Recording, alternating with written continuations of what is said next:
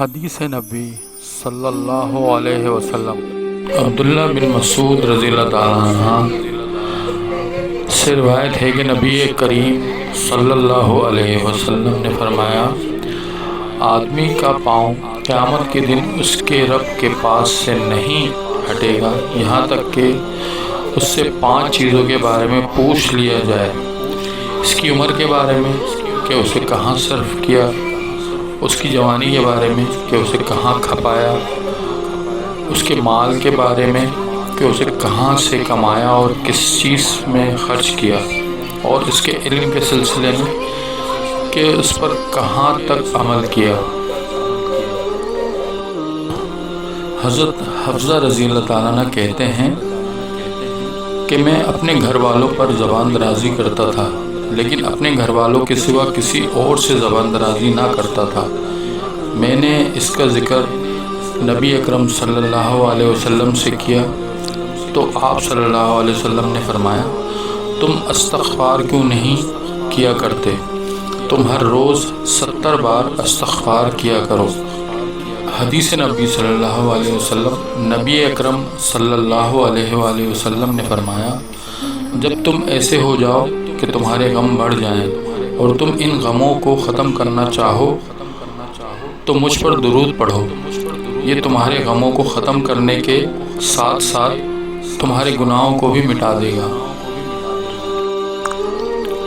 حضرت ابو ہریرہ رضی اللہ تعالیٰ عنہ سے روایت ہے کہ نبی اکرم صلی اللہ علیہ وسلم نے فرمایا، سخی آدمی اللہ سے قریب ہے، جنت سے قریب ہے، لوگوں سے قریب ہے اور جہنم سے دور ہے۔ بخیل آدمی اللہ سے دور ہے، جنت سے دور ہے، لوگوں سے دور ہے اور جہنم سے قریب ہے۔ جاہل سخی اللہ کے نزدیک بخیل عابد سے کہیں زیادہ محبوب ہے۔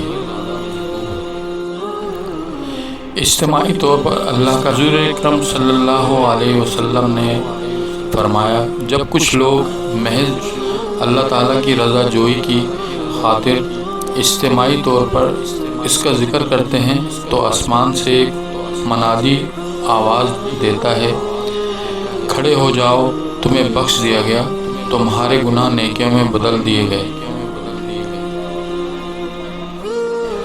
حدیث نبی صلی اللہ علیہ وسلم، حضرت عبداللہ بن مبارک سے روایت ہے کہ انہوں نے اخلاق کے حسنہ کا وصف بیان کرتے ہوئے کہا، اخلاق حسنہ لوگوں سے مسکرا کر ملنا ہے، بھلائی کرنا ہے اور دوسروں کو تکلیف نہ دینا ہے۔ ابو ہریرہ رضی اللہ تعالیٰ عنہ کہتے ہیں، نبی اکرم صلی اللہ علیہ وسلم نے فرمایا، کوئی لڑکا اپنے باپ کا احسان نہیں چکا سکتا ہے سوائے اس کے کہ اسے یعنی اپنے باپ کو غلام پائے اور خرید کر آزاد کر دے۔